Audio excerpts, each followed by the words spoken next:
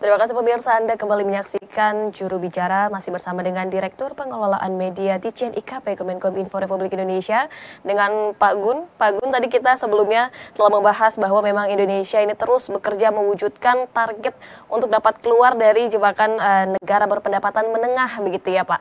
Nah, untuk mengatasi hal tersebut di tengah ketidakpastian global juga begitu Pak. Lantas kiranya kebijakan apa nih yang lebih spesifik yang diterapkan oleh pemerintah Indonesia untuk dapat terus bertahan di tengah ketidakpastian global?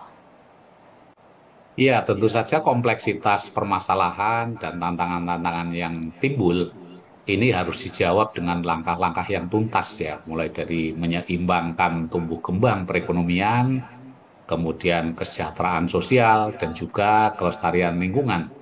Tapi tidak cukup hanya dengan itu, kita juga mengganti, mengoreksi, dan juga menerbitkan kebijakan-kebijakan baru agar ekonomi berkelanjutan ini tetap pada relnya. Nah, di tengah ketidakpastian global ini, kita lihat bahwa neraca perdagangan Indonesia ini justru surplus. Ini saya kira menjadi modal yang luar biasa bagi kita. Kita tahu bahwa tahun 2022 nilai ekspor kita ini mencapai 291,9 miliar US dollar dan surplus neraca perdagangan ini mencapai 54,4 miliar US dollar. Ini tertinggi sepanjang sejarah kita. Nah, di dalam 8 bulan pertama pada tahun 2023 ini, nilai ekspor Indonesia ini mencapai 171,5 miliar US dollar dan surplusnya adalah sebesar 24,3 miliar US dollar. Tentu saja salah satu yang menjadi penyumbang di sini adalah hilirisasi tambang, di mana hilirisasi tambang ini menjadi salah satu faktor utama yang mendorong peningkatan nilai ekspor Indonesia. Seperti salah satunya mungkin hilirisasi nikel dan barang, ya, di mana dari hal tersebut ini tumbuh dari 0,65 miliar US dollar pada 2017 ini menjadi 5,94 miliar US dollar pada 2022. Terus yang ferronikel sendiri dari pada tahun 2017 ini 1,33 miliar US dollar ini menjadi 13,62 miliar US dollar pada 2022.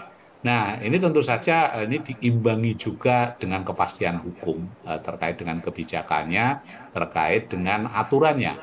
Awalnya kita tahu bahwa tumpang tindih aturan yang ada, ketidakpastian hukum, dan juga yang sering disebut-sebut adalah kerumitan prosedur perizinan. Ini telah menjadikan Indonesia menjadi bukan pilihan investasi, yaitu karena masih banyaknya tumpang tindih aturan. Nah, oleh karena itu kita akan mengedepankan bagaimana kedepannya nanti membuat mal-mal pelayanan terpadu. Kemudian kita juga akan menerapkan online single submission risk based approach, di mana ini merupakan aksi koreksi agar investasi mengalir dengan deras dan berkualitas secara sosial dan juga lingkungan dan tata kelolanya juga lebih baik. Investasi mencapai 826,3 triliun rupiah pada tahun 2020. Ini telah melebihi janji pemerintah, sehingga pada tahun 2022 pun masih melampaui targetnya, yakni sebesar 1.207 triliun. Nah, aktivitas ekonomi ini juga bergerak tidak hanya di Jawa, tetapi juga keluar Jawa. Kita lihat bahwa Sulawesi Tengah misalnya ini menjadi salah satu provinsi dengan realisasi investasi yang terbesar. Dan selain itu, sektor investasi ini juga bergeser ke arah industri logam dasar dan barang logam, bukan mesin dan peralatannya. Itu tandanya bahwa investasi telah memacu industrialisasi. Berbagai langkah korektif ini saya kira akan semakin meningkatkan secara signifikan investasi yang berkualitas di Indonesia.